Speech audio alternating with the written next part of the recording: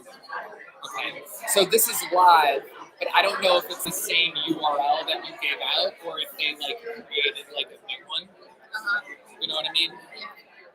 Um, so wherever Johnny to get that going and then work the sound at the same time. That would be awesome. Yeah. Essentially, right. That's all he needs. Just make sure his mic matches the guitar. It's the second channel. Yeah.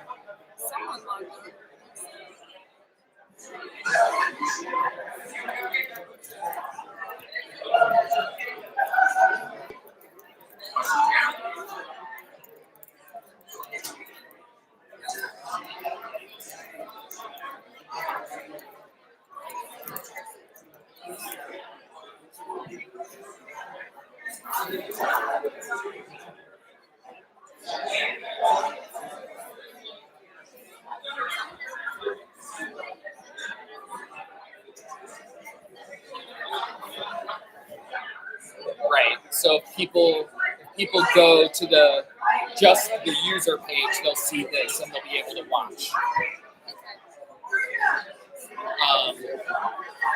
Is there a way that we can tweet this out or update stuff? To just tell people to come to the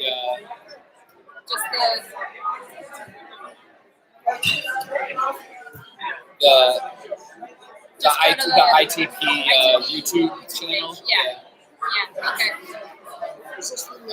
And we're streaming also, so no self-incrimination. Presentations are? Yeah. So my wife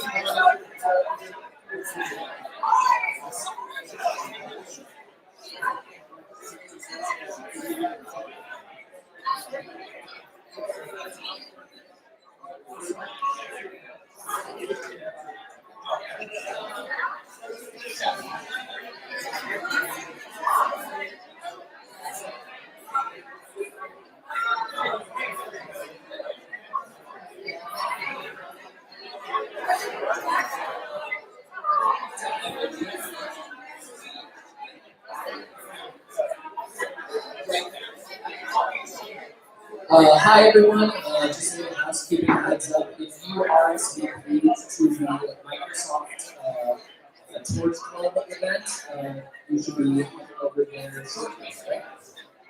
In a little bit? Yes, in a little bit.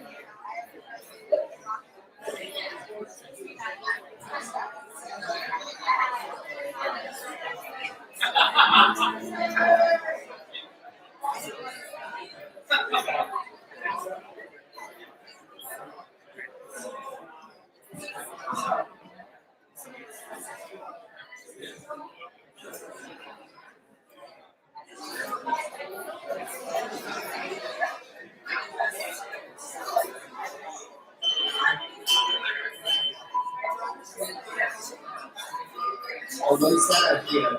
I hear bells ringing in the distance. Did I finally lost my mind?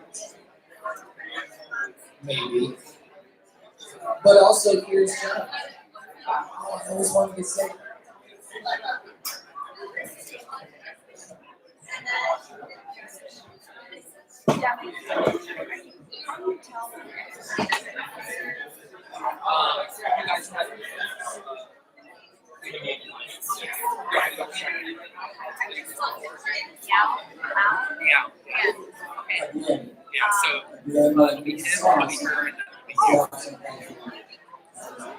That is Jack. Yeah, it is.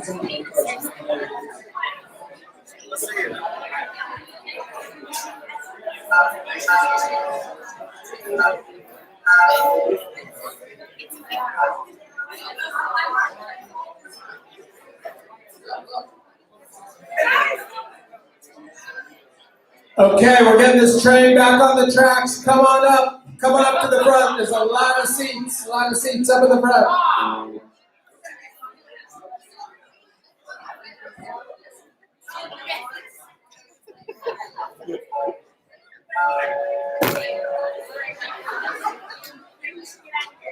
Hop on board before the train leaves the station.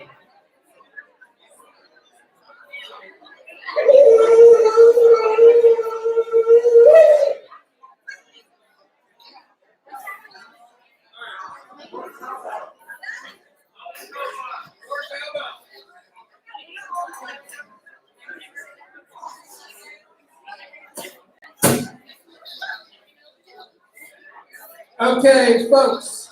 So now, that's later. So now we have from the Story Year 2003, Songwriting and the Key of Grids, brought to you by Jose Ignacio Inestrosa. Okay. So this is a song I wrote while experiencing ITP in New York. And hopefully I have a few slides at the end to talk a little bit. Okay, 1, 2, 1, 2, 3.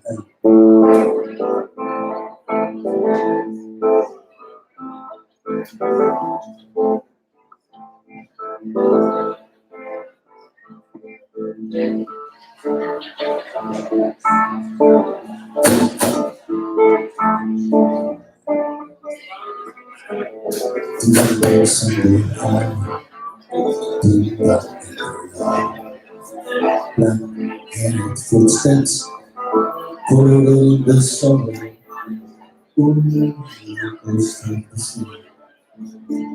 streets on the station, green lights along the time,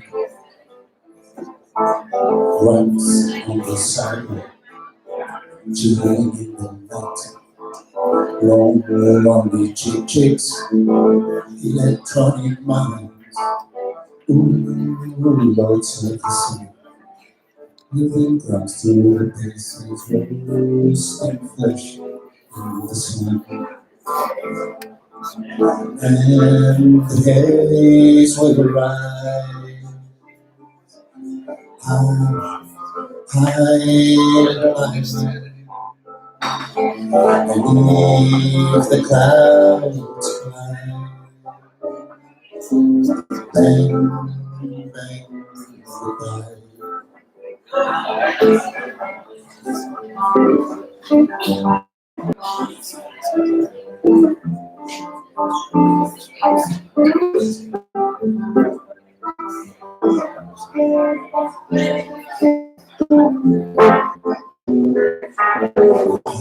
The clusters rolling in brought on the steamboat in line with satellites.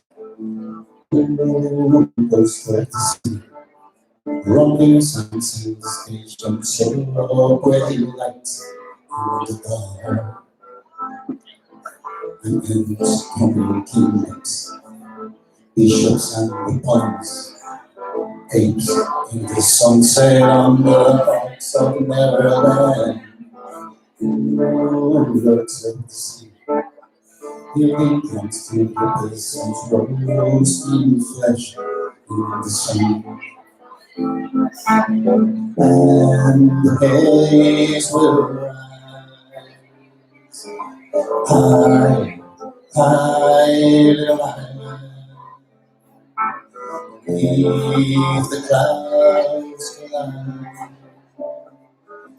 Bang, bang,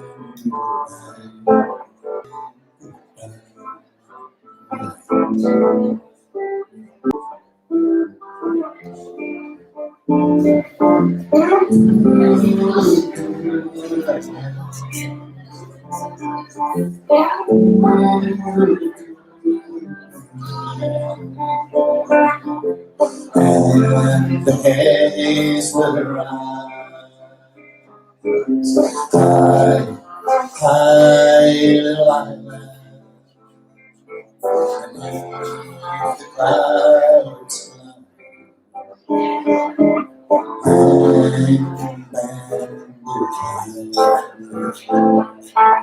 Bang, bang, bang, bang,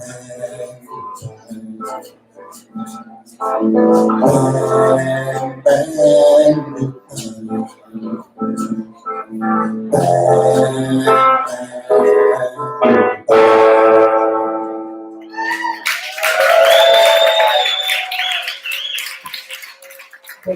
lo destroza.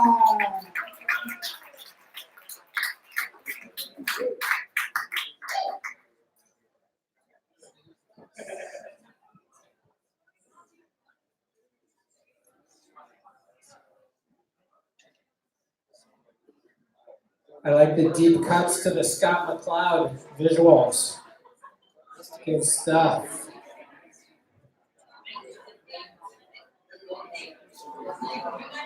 Okay, so now from the class of 2018, Architecture in Silicon Age. Put your hands together for Miao Tian.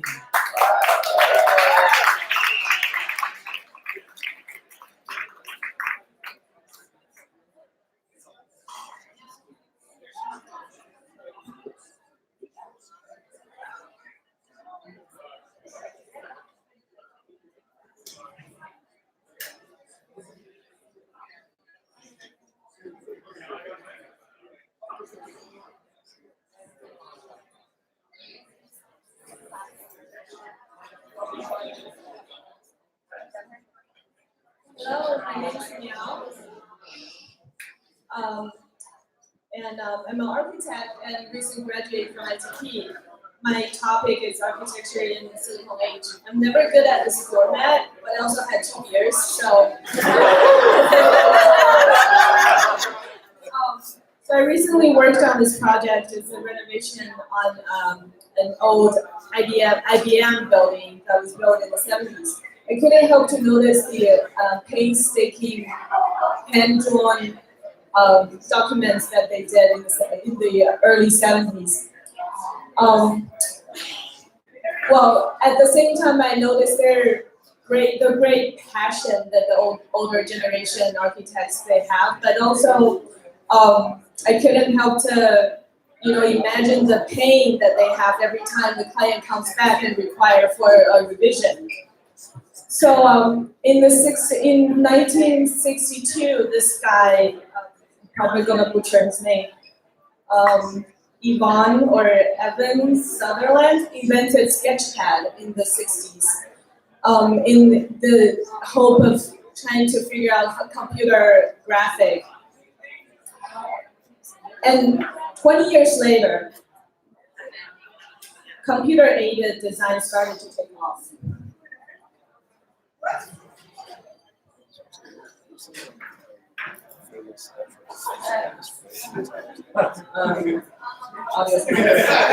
Okay, and 50 years later, this is my first project working with AutoCAD. It was the industry standard at the time, but until recent years, and I'll explain why. The same guy developed this first VR headset in the 60s. Due to the limitation of computer graphic power, the VR never took off in the 60s. A lot of things happened in the 60s. And also in the 60s, the concept of building information modeling was introduced, known as BIM. However, it only took off recent years too, and it became a major player in the AEC industry. So last week, I was invited to connect with Unity.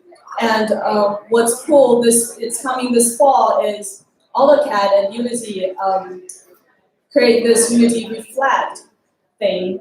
It's basically a plugin in AutoCAD that makes the workflow for architects easy to real-time simulate a lot of the 3D elements in VR, in AR, anything that Unity can do. So it's a big deal. Well, those are the tools to design architecture. Architecture has to be functional to start with. So talking about architecture design itself, how architecture, the building will look like in the future years, It's a little bit different. A few years ago, parametric design was really hot. But without the actual needs, it can be perceived as superficial a lot of the times. And you can see a lot of the parametric design take off in the surface of the building. I had a little fun with the collage. As our life cycle, our lifestyle changes, our desire and needs kind of changes too. A great example is the iPhone. So when the rapid development of AI, ML, XR industry, future human life cycle, I imagine it will, keep on saying human life cycle, lifestyle, will change drastically. So more often we develop the virtual content to adapt the physical surroundings. But to be a true realistic, a true mixed reality, we might need to consider designing the physical and the virtual all together. So what will human habitation look like in the future? If form follows function, what are the future needs or function that will drive the form of future architecture? One fascinating part that I find very interesting is virtual space design introduces a new material, aka the light, not in the sense of traditional light, but the sense of using light to render other materials. And combining with, Google Ads, everybody knows if you search anything, it changes your everything. So if everybody has a different perception of the space, what does it mean for future architects to design for a same physical space but adapts to different viewers? So I was going to show analyzing live stream, but I had to take it off at the very last minute. So thank you, and let's start the conversation talking about future architecture and future spatial design. I think it's a very interesting direction that we're heading to.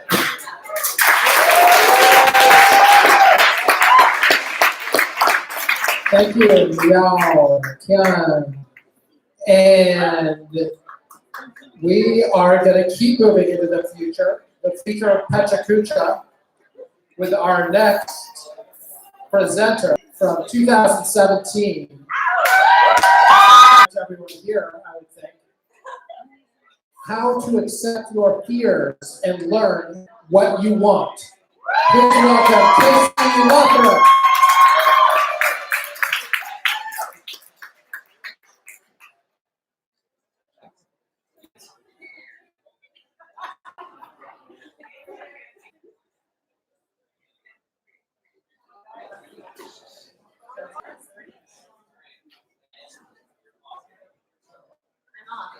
Hey everyone, my name is Casey Laker, and today I'm going to talk to you about how to accept your fears and learn what you want.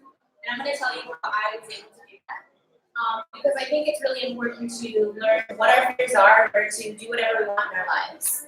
And so I'm going to share my experience with that. So first I want to talk about fears. So the first thing I want to talk about is our external fears. So this is anything that we're afraid of that's in the outside world. So scary movies, being afraid of the dark, whatever it is, it varies for every person. The one thing that is the connection between all of these types of fears is that we can control them. We can avoid these situations that scare us. But there's these other types of fears that are internal. These are our doubts, our anxieties, our insecurities, the voice inside of our head that says that we can't do something, that we're not good enough. And these fears are really hard to manage because we can't control them as well. But they can really take over our lives and prevent us from doing things. So, any of the fears that you face, they can be very paralyzing. So if you're talking about an external fear, it can be physically paralyzing to you. If you think about watching a scary movie, you physically tense up. And internal fears, you are learning something new. It can really damage your life. So what does all this talk about fear have to do with learning? Well, the fundamental part of learning is being vulnerable. And to be vulnerable is really scary because it means that you're admitting a weakness, even though we all know we're very intelligent people that vulnerability kind of means that you're admitting a weakness, even though we all know we're very intelligent people that vulnerability actually is a huge strength. But we have to start with that, and that's just the fundamental part of this. So when I started at ITP, I just walked around with basically a bead, you know that emoji with the bead, sweat rolling down my face, that's me. And I just basically had no idea what I was doing. I was just walking around, no idea what I was doing. Now I'm gonna learn all these new technologies and these new skills. And it seemed like everybody else was doing really great. They're just like, yeah, just taught myself how to code. And I taught myself how to play guitar. And I taught myself all these things. And I was like, oh, like, that's cool. So, I mean, maybe I could do that. But when I try to do that, so I'm thinking about, like, okay, all these other people, they're humans, they're teaching themselves things. I'm a human. What's the difference between us? Like, why can't I teach myself how to code and do all these amazing things in my life? And so this is really like perpetuating this internal fear of not being good enough, and it just further creates this border that this is actual footage of me and ITP. Basically, my entire my entire first life. What are we doing here? But one day I learned how to accept that, all these new things, and I accepted that maybe I'm not like all these other people, and I'm starting a different way. And then I met the love of my life. And it's a long time. It's a lifelong romance, I think. And 100 Days of Making, if you're not familiar, it's basically you're choosing a topic or a theme, and you're iterating and creating something new every single day for 100 days. And this seemed like a really good platform for me because I needed structure. So I took Catherine Dillon's class my second semester, my second year, and I did 100 days of animation. And every day I'd wake up and I'd learn something new about animation, from CSS animation to SVG animation, After Effects to WebGL, 3JS. And I was feeling really great about it. And I was just really exploring all these different types of things I never thought I could learn.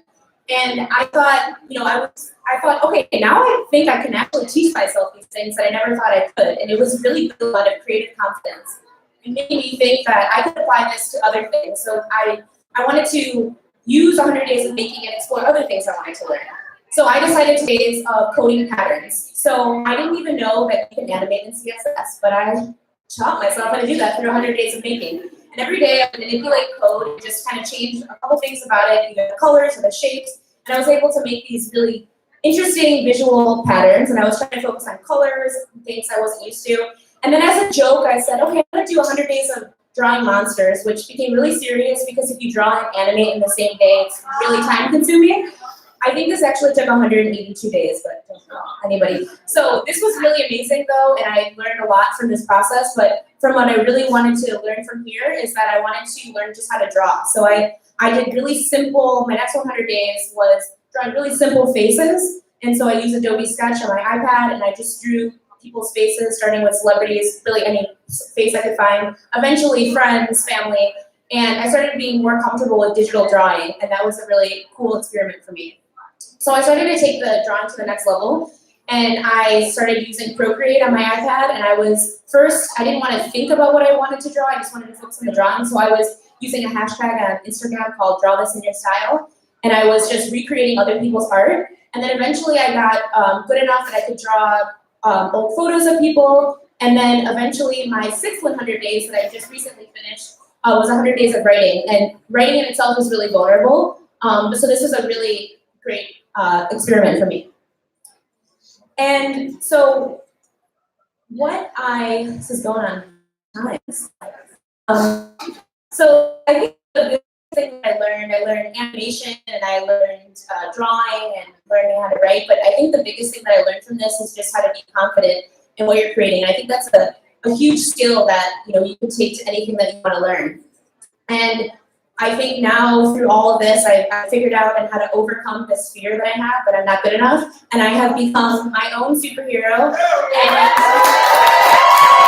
I encourage all of you to think about the next time you want to learn something, think about what you're afraid of, and think about how to overcome that and accept your fear and accept who you are, and do it. Thank you.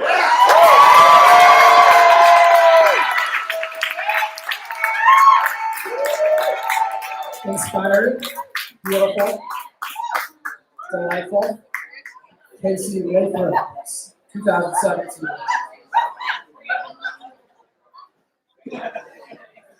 Okay, so now we have a good friend of mine.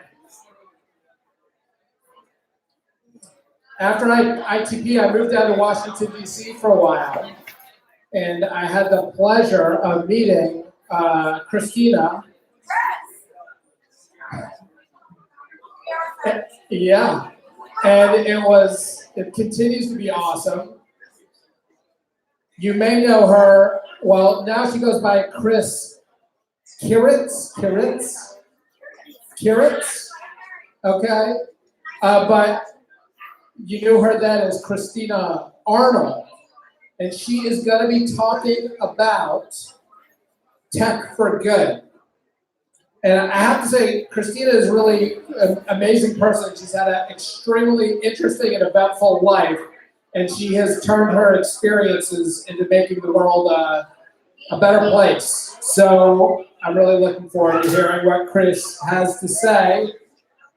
And Dominic, is she ready to say it? Are you ready to go? Chris, are you ready to go? Yes. Awesome. Okay, she's doing old school show and tell. She has some objects to go with her slides. Okay, let me know when you're ready. Okay, you're gonna have to come over here then, to the mic.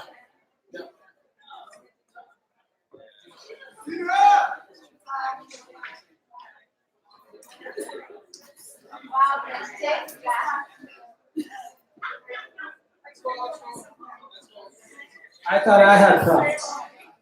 She's got mad props.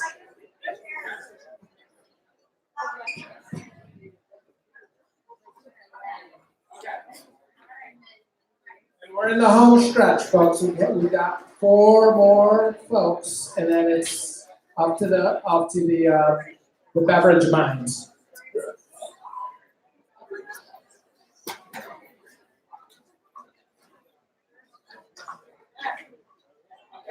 Ready? Yes. Hi, everybody. Can you hear me? This is fine? Yeah.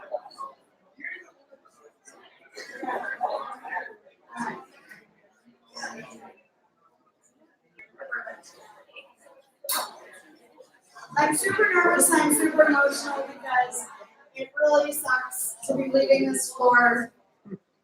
So many amazing memories. And you guys, like, I finally found my tribe. I've been looking for this a long time. And naturally, I came to New York and my kid was born in Queens. That's her, that's me. Foolishly young, yes. Every time they ask me, well, why'd you have me if you're so young? And I was like, because I didn't know fuck about what I was doing, obviously. Anyway, this is Ren. And my love affair with Queen is something that drives my now husband bananas. But I just love all the little connections because Break Free was the song beautiful, and I was like, get the fuck out of here. So I decided to come, I lived all over the place, decided to come to the States and go to school because my parents wouldn't let us go to school. For a GED here in New York, New York, and go ahead. Sorry. Okay, so I started this nonprofit called Friends Human Trafficking, and mostly because people would ask, especially in DC, like, what do you do? It's people's first question, like, here's my card. It says right on it. They're like, prevent human trafficking. Oh, that's so interesting. So what do you do? So now it's Tech for Good. So Tech for Good since 1999. So we're celebrating our 20th year this year. That, the R3 project, thank you. See down at the bottom, I posted it while I was a student here. And Johnny is the guy that helped me with it. So that picture you saw before of Angelina Jolie, that is Austin in the back. He's a really good friend of mine who disappeared on August 14th, 2012. And so this is why I'm wearing this This is why I'm wearing this shirt. Because I started this campaign just with a hashtag, and I got the Gmail, I got everything locked down. This is my love of 360 videos. This is our board. We have board meetings like this. It's like all aboard, we're having a board meeting because life is boring, and I just try to make everything fun as much as possible. Anyway, yeah, I cannot shut the hell up about VR. So it's like whatever tech there is, I just want to know how we can leverage it and use it for good. So I wrote to the company that made this like 3 years ago. It's the dev kit of the HTC Focus, so it's no computer and whatever. But they have a known issue, which the guy Dario Verde, who's the head of the office here in New York, said, yeah, that's a known issue that this thing slips when you try it on too many heads. And he's like, obviously you tried it on heads. So since I graduated, I got married. Nick is here. Put up with so much. I wouldn't be here without him. He's super supportive. And oh my God, I lost my train of thought. He's so good looking. And this is something that I'm really passionate about too. It's like, I love to read. And the funniest thing is before Christopher Hitchens died, like I read everything he ever wrote. And most of my books are signed by him. But I took my iPad to this one. It's his last signing. You see that bruise on his hand. He died a couple months later. Love of EDC, that's my brother. These are all things I'm passionate about. But I had him sign with a Sharpie on the back of my iPad. I went in to get my book signed. And I was like, this will be funny. So I gave him my iPad and I showed him that I bought his latest book on the iPad. And he says to the publicist, this is a first. And he's like, takes out his pen and he's like, well, I can't sign it with this. And I gave him a Sharpie and he was like, very clever. So my iPad is the only one that's signed by Christopher Hitchens because it does have his book on it. And so I guess the moral of that is just like, I run around following people I love, and that's how it's worked out. So I've had a thing for camels since I lived in India forever. I didn't realize that my childhood friend would turn out to be an inventor. And so with this, we've used this to show, this is the HTC Focus, but we've also used it to test different things. And we found that, okay, the funny thing is, ping pong is another thing of mine. Everyone knows. Every time I get stuck with the bill, it's like over $200. But it's fun. Every time. So anyway, it was patented on my birthday, the ping pong paddle. Someone's like, in that year? Where's your, like, whatever. So I have a patent pending on this thing that's going to fix the problem of this is the guy who actually met Freddie Mercury. I met him and talked to him, and he's the loveliest, nicest person. He was involved in, that amazing thing. So we called it Break Free, and this is our next month on the 7th in DC. We've invited Sir Elton John, we've invited Sir Richard Branson to a lot of research on HIV/AIDS. I just got back 2 weeks ago. These are kids from one of our projects in Thailand. I love so much. We did a hilarious video, a bunch of videos that we're going to send to get people to come to our events, like President Obama and Michelle. And these kids are all stateless. They don't get to go to school. And this is something I just did the other day with my interns. I'm like, listen, I'm so bored of like the boring nonprofit things. We just got 500 stickers like that delivered today. You can scan it and it brings up our site where you can buy tickets to the event. And that's our new logo. I think that's it.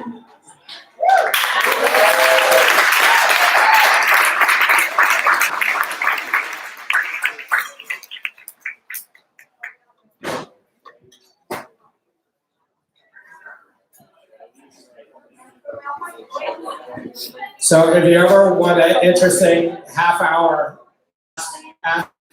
about her childhood, re-traumatize her. Yeah. Yeah. All right. So now we've got another friend from the class of 2010, 7 Trends in the Future of Design, from Lishan Wang.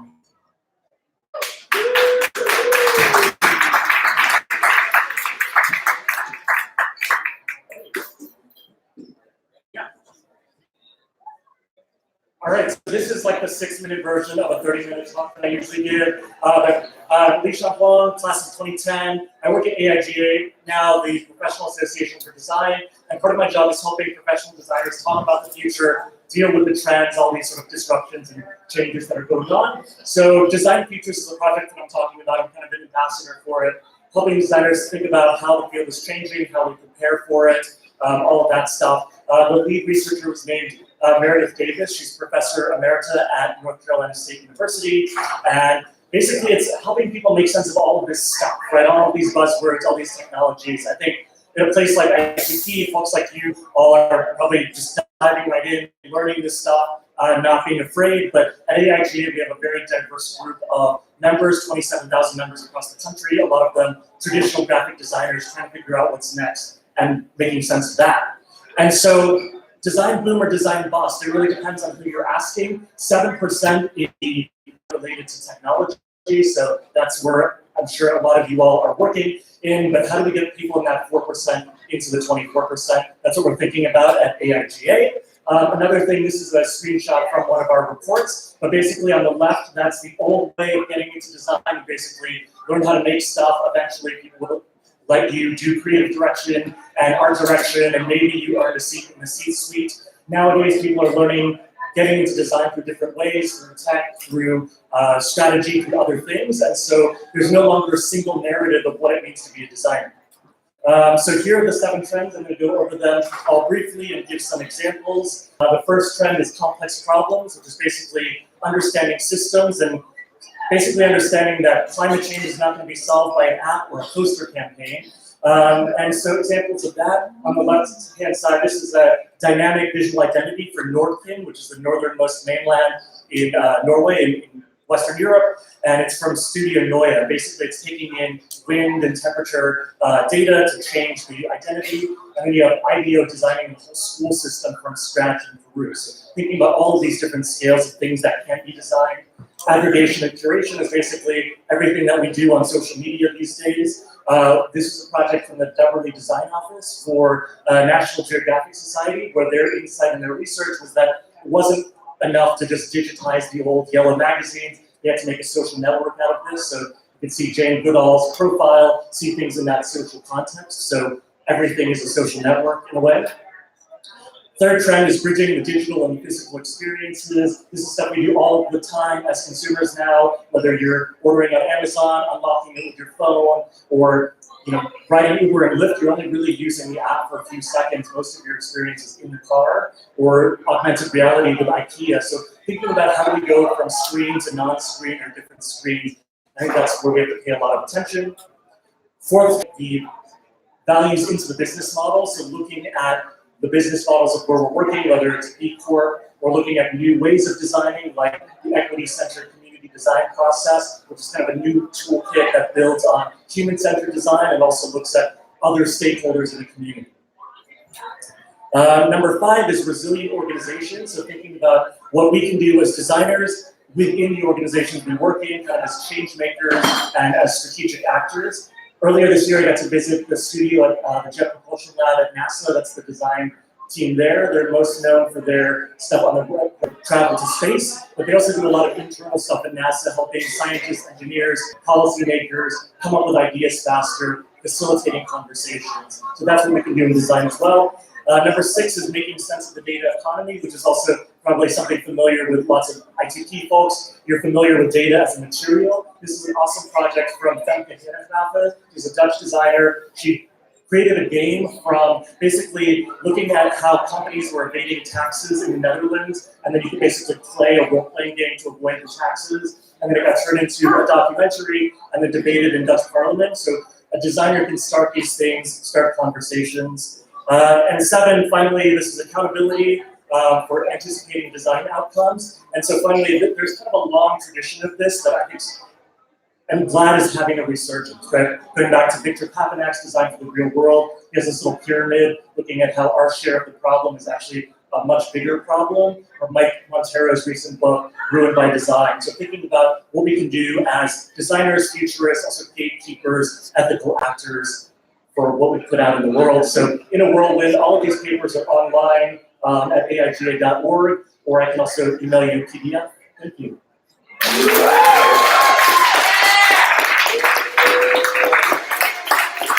Thank you so much.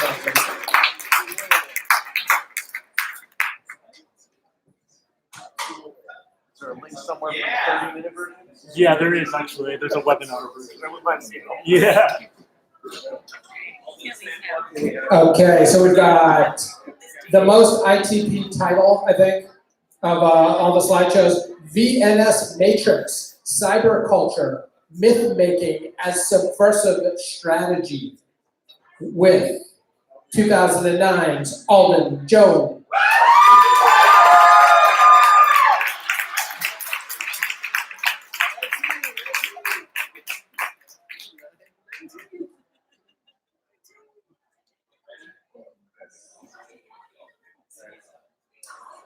Hello everyone, my name is Alden Jones, and I'll be talking to you about a cyberfeminist art collective known as VNS Matrix, and about their 1992 to 1997-ish artwork, All New Gen.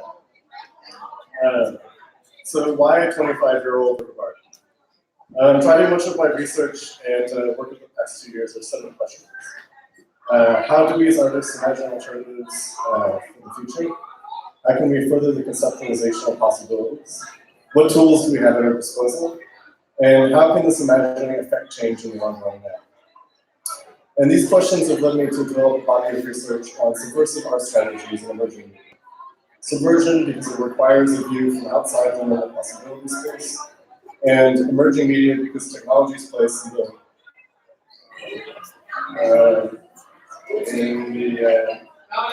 yeah, Dominic, please help.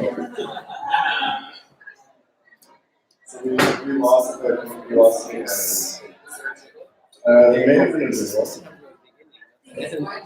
Why is it all?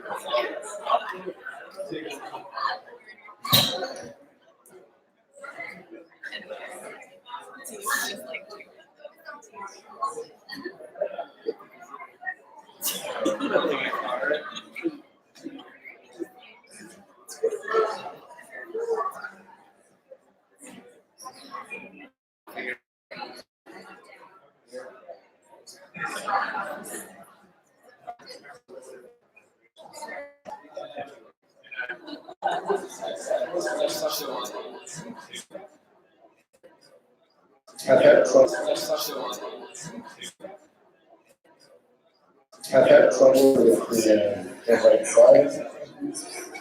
I'm going to switch to the left. I'm going to switch to the left. I'm going to